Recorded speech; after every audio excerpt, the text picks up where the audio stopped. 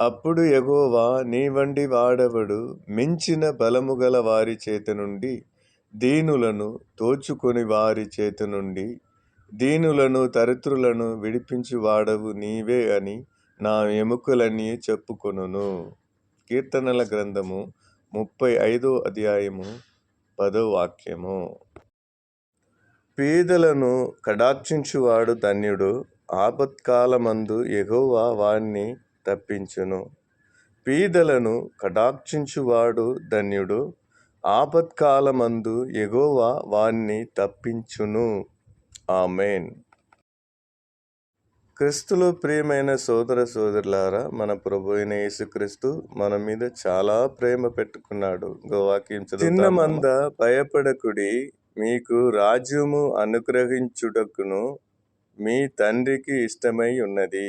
చిన్న మంద భయపడకుడి, మీకు రాజ్యము అనుగ్రహించుటకు మీ తండ్రికి ఇష్టమై ఉన్నది. అందుకే యేసుక్రీస్తు అన్నారు, మీలో చిన్నవారికి మీరు ఏది చేసితిరో అది నాకే చేసితిరి అని